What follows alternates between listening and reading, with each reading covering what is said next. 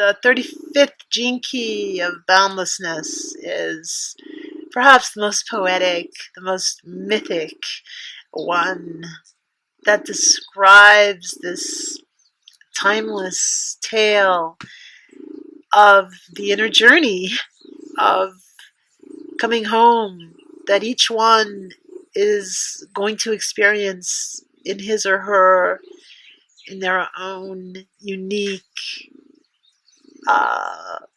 magical way.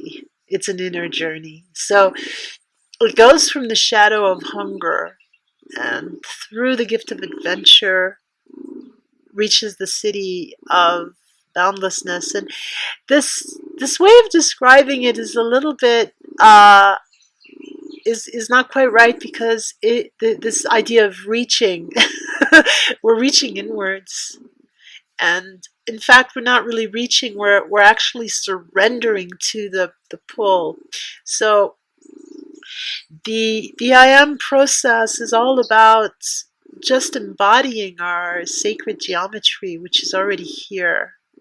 We don't have to do anything. Simply be attentive and receptive to what is already here. So, the suspended head top immediately relieves us and allows us to breathe more fully, and also immediately reveals this vertical axis of our being, that we are basically consciousness in a vertical form, because consciousness is in every part and every point, and this is simply giving us that perspective of the infinite verticality that is the eternal, timeless now.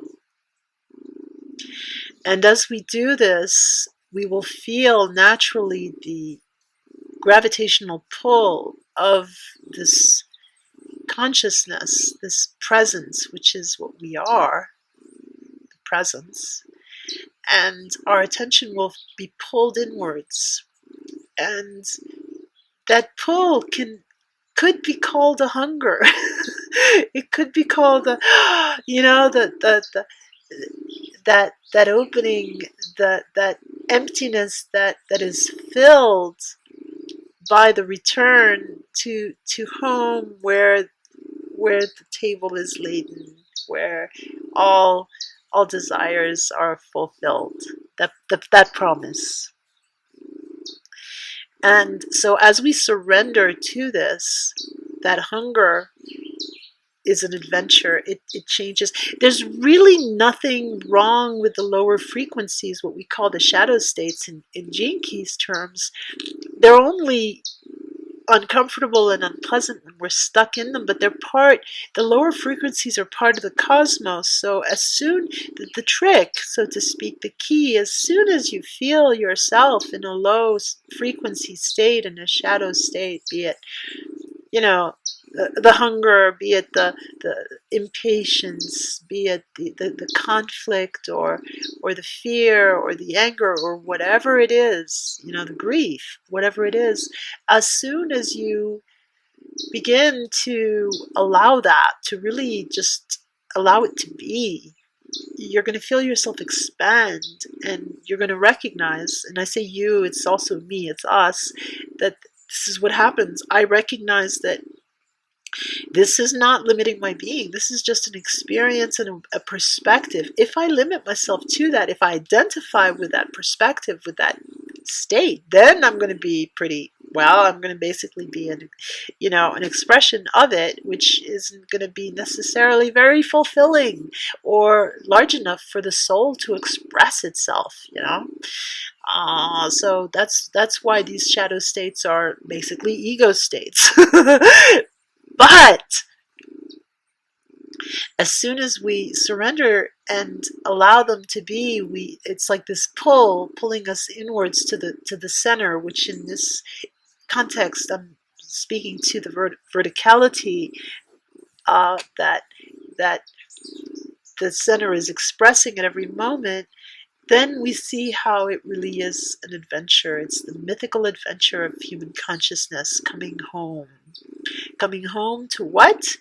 Not to just a little cottage on an island or in the woods or wherever, I mean, I love cottages. Coming home to being the universe, the boundlessness itself. The boundlessness, the timelessness, which is its programming partner. And that this extraordinary paradox is that we have one foot in the relative world and another in the absolute. We show up here, we are boundless, spiritual, formless consciousness, showing up as as a physical form that we then identify with, and forget most of the time through that identification what we truly are. And so the adventure is to allow ourselves to have this adventure, and to remember, to remember. And as we remember, each moment opens up to its inner boundlessness. It's not about a linear traveling forever and ever and ever and ever, even if we could look at it that way. It's so much more than that, because at each moment we're actually, even if we're sitting still, and actually it's when we sit still that we may feel this more clearly. The atoms that we say make up our physical being, we know are not themselves physical. The part of the atom that is called matter, which is simply a movement of the energy of the atom, is in itself only an infinite little piece of the atom itself. And most of the atom is made out of space.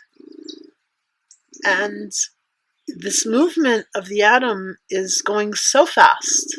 And then there's the rotation of the Earth along its axis. And then there's the rotation of the Earth around the sun. And then there's the movement of the sun itself through the space, through the galaxy orbiting the galactic equator. And then there's the movement of the galaxies themselves. And when we add up all of these velocities, not that I've done it, I've just heard it described, and it was such a beautiful way to help me understand that, we're always traveling. We're going like at close to the speed of light, and we seem to be solid, and that gives us incredible opportunities to discover things about what we are capable of, and whether we are capable of the worst or of the best, and of all of the spectrum in between. And what do we choose, and how is that choice influenced by our level of presence, right? Well, I think you can guess the answer to that question. That the more present we are, the more our doings are going to be reflective of that interconnectedness. That the energy, that matter isn't actually separate, entities floating in space, but the emanation of a unified field, which is intelligent, and so that it's not possible to harm, to intend harm.